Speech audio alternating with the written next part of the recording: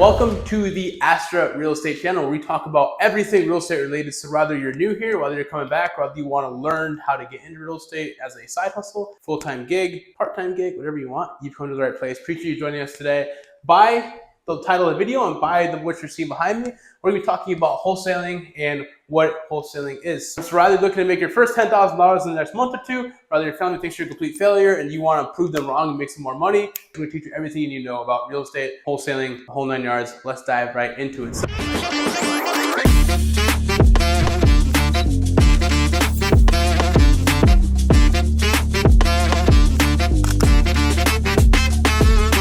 A lot of you might know what wholesaling is, might not know the benefits. What are the benefits of wholesaling? You can invest in real estate with little to no money down. So you can literally have no money and wholesale your first deal. I wholesaled my first deal. I had $20 in my bank account. I swear to God, I don't need any money. There's no capital risk. There's no long-term commitments. You're not buying anything. You're not contacting lenders. You're not contacting agents. You're not doing any of that jazz.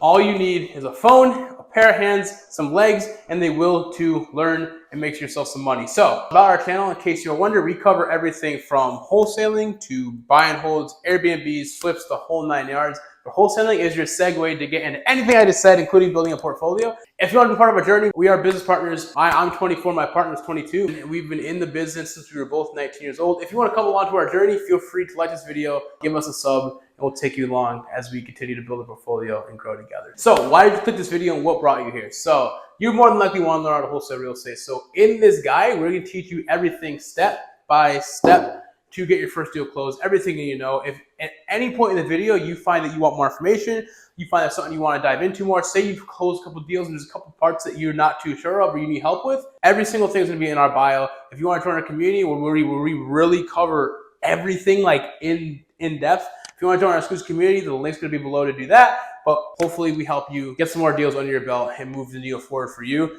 There is going to be timestamps on this video, so if you need any help with a particular area, so say you're really good at these four, but you need help with these, no worries. Click the timestamp, we'll take you right there, and you can just really narrow in on the areas that you need help on. All right, so the first thing you want to do to get a deal under contract is when it comes to wholesaling, finding a seller. Everybody that you see online, they're going to go make a call, they're going to get the person on the phone, and they're going to do a deal live with you in 10 minutes. I swear to you, none of that's real. If it is, great. If you find somebody who's doing it for real, great. 9 out of 10 times, it's not real. And there's a person they already know on the other side helping them for that conversation. But their conversations are not going to go as easy as that. So there's 3 types of seller leads. There's cold seller leads. There's warm inbound seller leads. And then there is referral-based seller leads.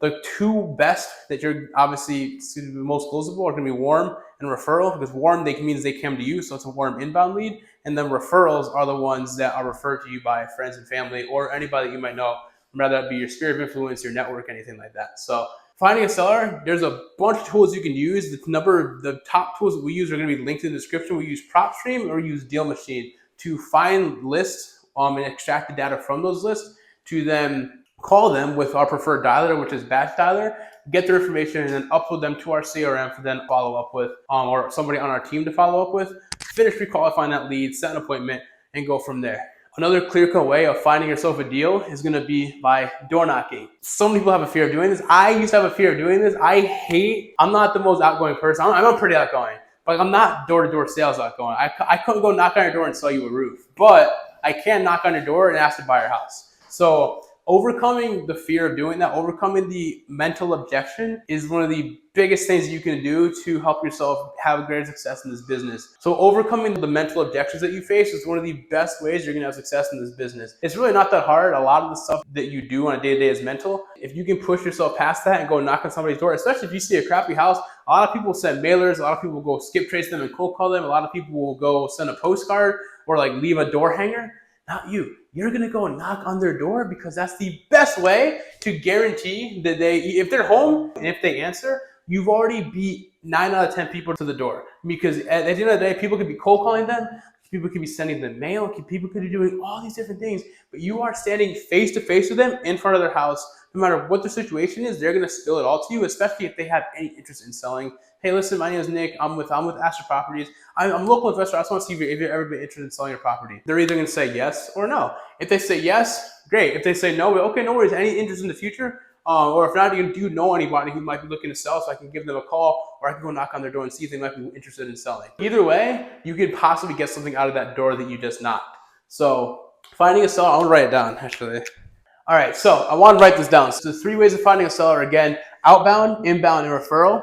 But so outbound are going to be your cold. So those are going to be the ones, or your cold leads. Those are going to be the ones that you're going to be reaching out to by yourself or without any prior interest given by them. So that means that you're dialing them, you're calling them, or you're door knocking them. This means that the lead has had no interest in or has expressed no interest to you in regards to selling. You were trying to convert them to a warm lead by gauging their interest, seeing what the situation is, identifying their pain points, and then moving forward to obviously help them out of their situation.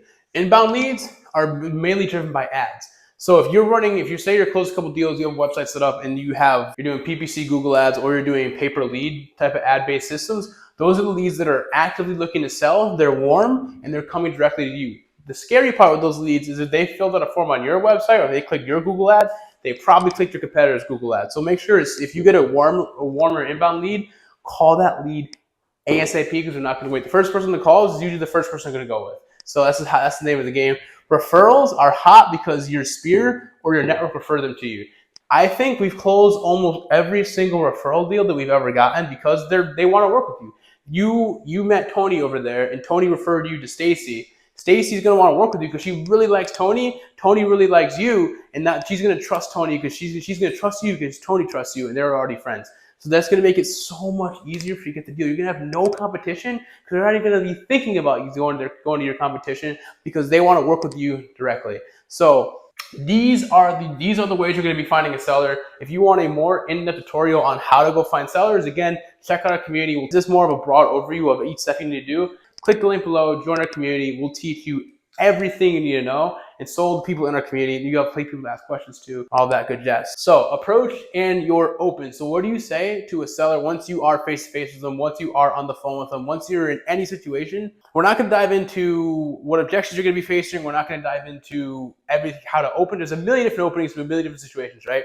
If you want a cheat sheet on how to on the top 10 openings that we like to use, or the most common openings, click the link. I'm going to say it to them blue in the face. We have every single piece of information, every single tool you could possibly need in the Discord. But for now, we're going to be talking about your approach, your open, what to say, how to say it, and some examples. First thing I want to get out of the way is your personality has everything to do with everything, right? The best piece of advice that I can give that I've experienced is come off as yourself. Come off as a person. Don't come off as some salesy guy, some aggressive guy, some dude who's just trying to get the sale, trying to get the close, pulling out every single sales tactic you ever read from an Andy Elliott book, using it on somebody's grandma who's trying to sell their houses being foreclosed on. You don't want to do that. You want to be a person. People work with people who they like. So if you can get somebody to like you based on being yourself, I guarantee you they're going to want to work with you, and you are going to get that sale or that contract over somebody who's trying to pitch them, who's trying to act like they're high and mighty, talk about themselves.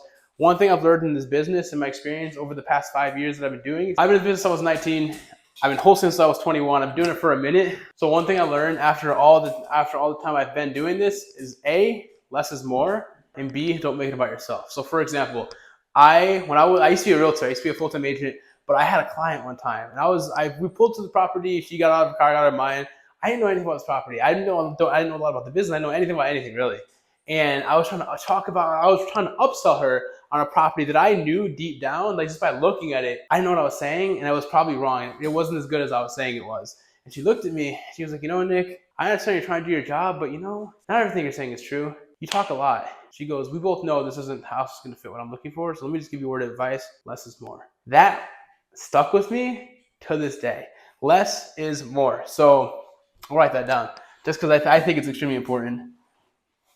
So less is more. People don't want to hear about you. They don't want to hear about what you enjoy, your passions, all that kind of stuff. It sounds great, sure. And you can go home and tell your mom about your day, great. But at the end of the day, if someone's trying to sell you their property, 9 out of 10 times, it matters to them. And it matters to the point where they're either going to lose the house, somebody died, and they have to get rid of the house, they don't want to pay taxes on it, they're being foreclosed on. There's something going on, more than likely, where they have to sell the house. And they don't want to hear about you. They want you to listen to them. So even if somebody asks you, how long have you been doing this for? I'm doing it for 2 years. Reflect it back. Or hey, what's your passions outside real estate? I like hockey. Reflect it back. Always reflect it back using different questions. So Oh, I like hockey. What do you like? Are you in hockey? Do you like any other sports? And this always made the conversation about them, because it make it so much easier. Because once you put a chink in the armor, you start knocking down all those walls, you're going to make people very open. They're going to tell you all their problems. They're going to tell you everything about them, about the house, about everything in their mother. They're going to tell you about, and you're going to be the person that they trust and that they want to work with at the end of the day. So approach is everything. Your open is everything. And just sounding like a person is huge. It's everything. So just be yourself. Again, if you want a cheat sheet of every single objection or every single open that we use or that we faced, link in the bio, check out our community. But for now, that's the basics of how to approach a seller, what to say, body language, stuff like that. There's a million psychology videos you can watch on YouTube. In our entire time in this business, we faced hundreds of objections. We faced tons of sellers that didn't want to sell, objections. We've had bad openings. We've lost deals because of how we said it. A lot of wholesalers won't admit it, but sometimes most of the time, if they lose a deal, it's because of them. If we lose a deal, yeah, it sucks. It burns. Like, you want to make X amount of money on that deal, or you had it all mapped out. You already mentally spent the money, which is great. No worries. But if you lost a deal, it was most likely your fault, and you can train to overcome it. So say somebody hit you with an objection that you never faced before, and you have no idea how to get past it. No worries. Study it, learn to overcome it, repeat it to yourself 10 times a day to make sure if somebody says this to you, you immediately respond with that. And that's how you're going to overcome that objection. In our time, we've put together a pretty fat cheat sheet on how to overcome all these objections, how to open, how to do all that. It's a list made by me, my partners, everybody that we've worked with, those objections that they've faced that they've now overcome. Hopefully you can overcome if you study that sheet. Go in the resources tab in our Discord, get yourself a PDF to start studying right after this video. So number 3, evaluating. The 2 things we're going to be talking about in the evaluation tab is going to be ARV and MAO. So ARV stands for after repair value. MAO stands for maximum allowable offer, or max allowable offer, whichever one you prefer. So when you're evaluating a deal, these are going to be the biggest portions to a good deal. The reason why so many wholesalers mess up, or the reason that they don't succeed, or they say this is a scam or it's not a good industry, is because they don't know how to evaluate a deal, and they don't know how to find the after repair value, which is what the house is worth after the repairs are done to the property, and they don't know how to find their MAO, which is the max allowable offer. They don't know how to make an offer good enough. That way there's enough meat on the bone for you, your buyer, and the seller to walk away happy. A lot of wholesalers will get a property under contract for $150, but the house needs $70 and it's worth $250. After your buyer's buying costs, their holding costs, and their selling costs, they're not going to make any money. They're not going to buy the deal. The best way to go about not messing this up is to watch our max allowable offer video, which tells you the formula to make an offer, to make the best offer you possibly can. And we have another video on ARV, so that way you know how much the property's worth afterwards by using comps, by using price per square foot, and all that good jazz. We talk about everything. Those videos will be linked below, and they're also on our YouTube channel, so check those out as well. But property valuation is the most essential way to ensure that you're closing deals. We have deals referred to us, I could say like 3-4 times a week, that are from newer wholesalers that have no idea what they're doing, and they just if a seller wants 200 and the house is worth 225 but it needs $50,000 worth of work, obviously it's not a good deal. But wholesalers will be like, okay, great, and they'll lock it up for 200, and they'll put like a 14-day closing window, and they're like, I have a deal, I need to find a buyer. Don't be like that. Nobody's going to buy that deal. The wholesaler is going to end up losing the deal. They're going to think this doesn't work, and they're going to piss off the seller, and then make them hate wholesalers, which you don't want. We don't want that. So always, when you're evaluating a deal, always make sure you find your ARV, you find the max allowable offer, and that way you know if it's going to be a good deal or not a good deal. So for example, today, I went to go look at a house. We live in Bristol, Connecticut. I went to go look at a house in Berlin. They said the budget on that house was $60,000. They said it was worth $350, needed $60,000, and they were looking to offload it for $200. It was in between $200 to $220. So I went to look at the house. I went to look at the property, and this person usually has pretty decent deals. A lot of them are misses, but he has a couple ones that are pretty decent. We've bought one from him before, so we're like, okay, we'll give him a shot. So I will go look at the property. It needed easily $100,000 to $110,000 worth of work. I have no idea where he got 60. The house was a full gut. It had mold. The roof was basically falling in. It needed everything from new studs to a new roof. You name it, it needed it. So it was a smaller house, sure, but it was a lot of work. So when making offers to a seller, make sure you know the numbers inside and out. Don't overinflate your ARV, especially if you're a wholesaler, because at the end of the day, if you overinflate your ARV and you say it's worth 350, but it's actually worth 320, $30,000 difference doesn't seem like a lot to you, but for your buyer, that's $30,000 of profit that they're either going to make or not make. So you want to make sure you have your numbers crisp, to the T, to the point, and that way you look like a seasoned pro. So make sure you don't waste anybody's time. People will love to work with you if you're good at evaluating deals, if you're good at finding the max allowable offer, and you're good at finding the ARV. People will love working with you because they know you bring heaters to the table. The guy who referred us that deal said it only needed 60, and the next deal he sends, we're not gonna take it seriously. He wasted an hour of our time. It took us 45 minutes to get there. We walked in at 15 minutes. It took us 40 minutes to get back. It cost us an hour or 45 minutes of our time because of that deal that he said was a great deal, which actually wasn't. Don't waste people's time. Make sure you have these two things covered. Again, click the links in the bio to take you to the other videos where we break down the formulas of ARV and a max level offer. That way you know how to calculate those to the best of your ability. So moving on to making the offer. When you make an offer, that means you found the max level offer, you have the ARV in mind, and you're going to offer the seller, say, $100,000 when their house is, the ARV is, say, $225,000. So you're going to offer $100,000. Your assignment fee is going to be $10,000. You know it needs about $50,000. So that means your buyer is all in for maybe $160. It's worth $225,000. He flips it after all his holding costs. He's going to make close to $50,000, which is great. That's a great deal for a buyer, right? So when you're making the offer, those are the things you want to keep in mind. But also, you want to think about, there's two things you want to think about. So you're going to want to think about buyer, think about seller.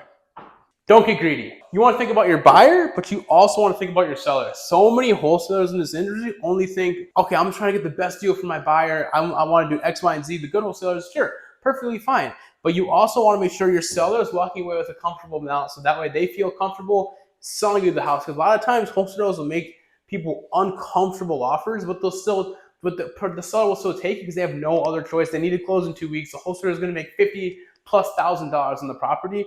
Don't be greedy. If you know somebody needs an extra $25,000 because they're in crippling credit card debt or they need to pay for grandma's surgery, and you know you have $50,000 of room on your assignment fee on that property, think about your seller, make the offer, give them $25,000 more. Give them $25,000 more. It'll go a long ways for your conscience. It'll go a long ways for them, and they're going to want to refer people to you when they eventually say they want to do another distressed seller. They're going to say, oh my God, this Jeffrey made me the best offer, and he gave me an extra 20. When I said I wish I could get a little bit more because I need to pay off my credit card debt, he gave me an extra $25,000. So I paid off my debt and I walked away with $5,000 in my pocket. I can't believe Jeffrey did that for me. And bam, you just got yourself a referral. Don't be greedy. If you don't mind making $10,000, $20,000, great. Obviously, if there's no meat on the bone and you're already thin, bro, think about your buyer, get the seller out of the situation. They can figure out the rest of the situation after, but make sure you get in your buyer the deal, because at the end of the day, you want to keep making money for yourself. But if you have room on the deal and you can put something together and you can make $25,000, instead of making $50,000, you make $25,000, but you help the seller out a lot, that goes a long ways. And I promise you, it'll give you referrals it'll give you more referrals than you can even count. From one deal where we did this, we got 3 referrals. 1 from the person who we did the deal with, and then 2 from the person we did the deal with after that, because they referred us to their mom after, because their mom was also going to a nursing home, all that kind of jazz.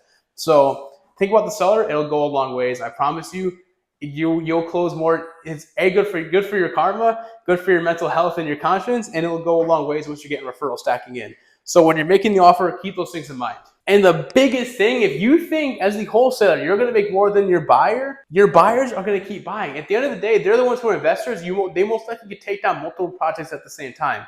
If you're sitting there trying to make $50,000 and your buyer's going to make 20, they're not going to buy from you. You're greedy. They're not going to come to you for deals because they can go work with Devin over there, who's giving them $50,000, $60,000 spreads, but Devin only makes 15 to 20. But they buy 10 deals a year from Devin alone. So that kid's making so much more money than you are, because you want to make sure you want to have your buyer make $20,000 while you make 50. No, always keep your buyer in mind. Make sure they're making money. That way, they want to keep coming to you for deals, because they know when they get a deal from Nick, they're going to make $50,000, $60,000+ every single time.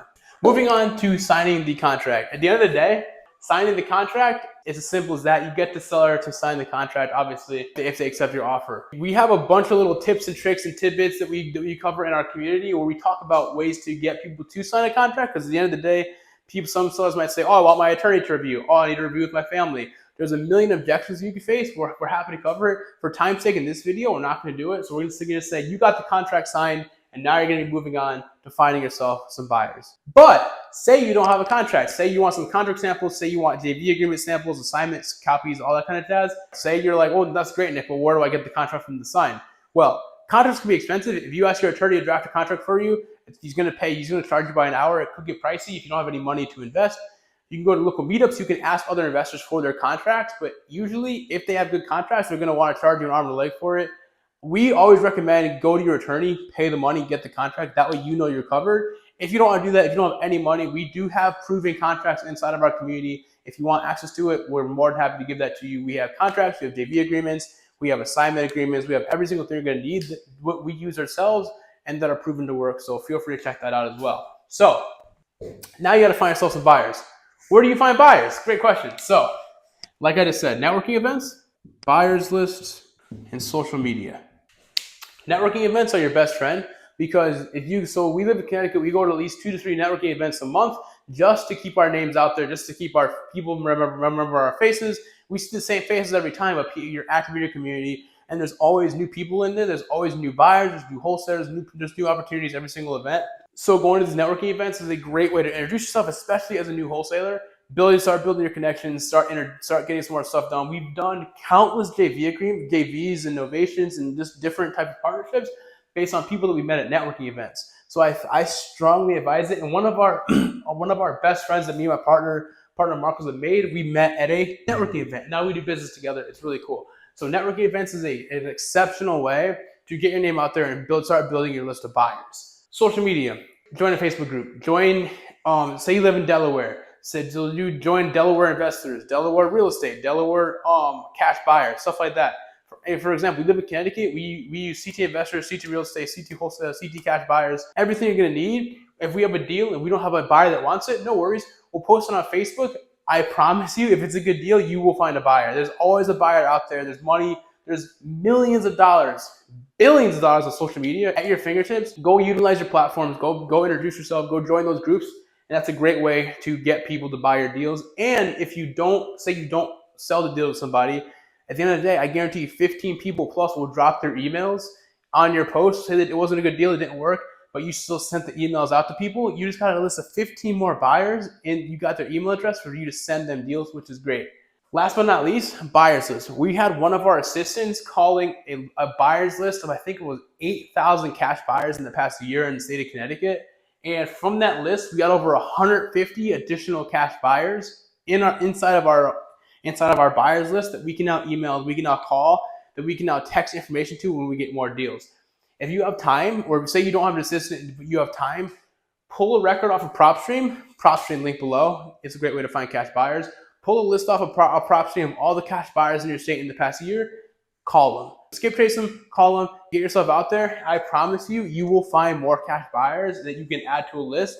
That way it's easy for you when you do get a deal, it's easy for you to dispo or disposition that deal because you already have hundreds of buyers lined up who want to buy a deal from you. So disposition, what does that mean? That means you're offloading your deal. So disposition means you're offloading your deal. So that means you found the buyer. Now you're going to give it to that buyer. So you're going to offload it to them. Acquisition is the finding of the deal. Disposition is the offloading of the deal. So make sure you got those two terms down. Makes it sound fancy. But when you are dispositioning your deal, you're going to need to do one of two things. You're going to need to assign the contract to that buyer. And by doing that, you are going to need an assignment form. So when you're dispositioning your deals to your buyers, you're going to want them to sign an assignment fee. This means, let's say you get a property and you want to make $10,000 on it, and you know your buyer, Jonathan over there, is willing to pay $110. No sweat. He can pay $110, but $10,000 of that is going to go to you because you have a contract for $100,000. So once you're locked up under contract and you found a buyer, you're going to want your buyer to sign an assignment form or an assignment fee. The fee is what you get. You're going to want to have a document that allows you to assign that contract to them. It then removes you from the deal. They are now fully responsible for the deal. If they default, it's on them. Most of the time, if you have a serious buyer, they're not going to default. But now all the contractual responsibilities are on them. Now you're completely off of the deal. Now all you have to do is nurture your seller ensure this gets to the closing table, communicate, keep everyone up to date, coordinate access when needed, and help yourself move. And that way you can get yourself moved to a smooth closing. So, and again, if you want an assignment fee or an assignment form, consult your local attorney. That way you make sure it's all abides by your local laws. If you don't have an attorney, you want it, check out the Discord in the resource tab. There's an assignment clause in there as well. That way you keep yourself protected. Closing. So what does closing look like? Well, it's a good day for you because it's payday. So once you've done all this and you have your attorneys involved, or you say you're closing in a different state, like we've done a deal in New Jersey. We close with a title company. In Connecticut, we're attorney heavy state, so we close with an attorneys in Connecticut. But in New Jersey, people close with title companies. So make sure you coordinate everything with the title company. Make sure your end buyer's funding is lined up. Make sure make sure your attorney's ready to go, your seller's ready to go. Make sure everybody's ready to go. And make sure you have your wire and bank information sent over to the title company or the attorney. That way when it does close, you get your wire sent directly to you and you get paid. And there's no ifs, ands, or buts. It's done. And last but not least, you want to repeat and scale. So you can write scale. So scale. What does scaling mean? Scaling means you build a business out of this. We built our entire business from the ground up using $0, just door knocking, calling people, driving for dollars, doing everything we possibly could to get people to sell us their house, which then we then assigned to buyers. So if you want to scale this, there's a million ways you could do it. You could do it by running ads. You could do it by organically driving for dollars. If you want a full in-depth guide of everything you just saw, check out our community. Well, it's not just us. We have a bunch of people in there that wholesale for a living, that have portfolios. Some people do Airbnb flips. So if you need help with anything, or say you're an experienced investor and you want help with, say, Airbnb, visit us in the Discord, check out our chats. I guarantee there's somebody in there that can help you or point in the right direction, or maybe you can make a friend, give you on a deal, buy something together, wholesale something together. It's a great way to meet some people and get some more information. So thank you for tagging along with me for the 9 steps of wholesaling. We went from finding a seller to what to say on the approach, to evaluating a deal, making your offer, getting a contract signed, finding yourself a buyer, dispositioning it to that buyer, closing it, and then repeating and scaling your business. If you find any value at all, we encourage you to give us a sub or check out our channel. There's a million get-rich-quick schemes going on the internet. There's a million things you could try or do. If you decide to come into wholesaling, great. I encourage you, give it 30 days, give it 60 days, give it 90 days. There's never a bad time to start. This isn't a get-rich-quick overnight scheme. It takes a lot of effort. I made it sound easy. I breezed through every single step, but I made it sound easy. It's not as easy as it seems, but you can do it if you do put in the hours, if you put in the time. We built a business. I'm 24 years old. My partner's 22. We built a business out of this in the past 5 years. It's possible. It's doable. And if you put in the effort and you believe in yourself and you dedicate the time every single day, I promise you, you will succeed.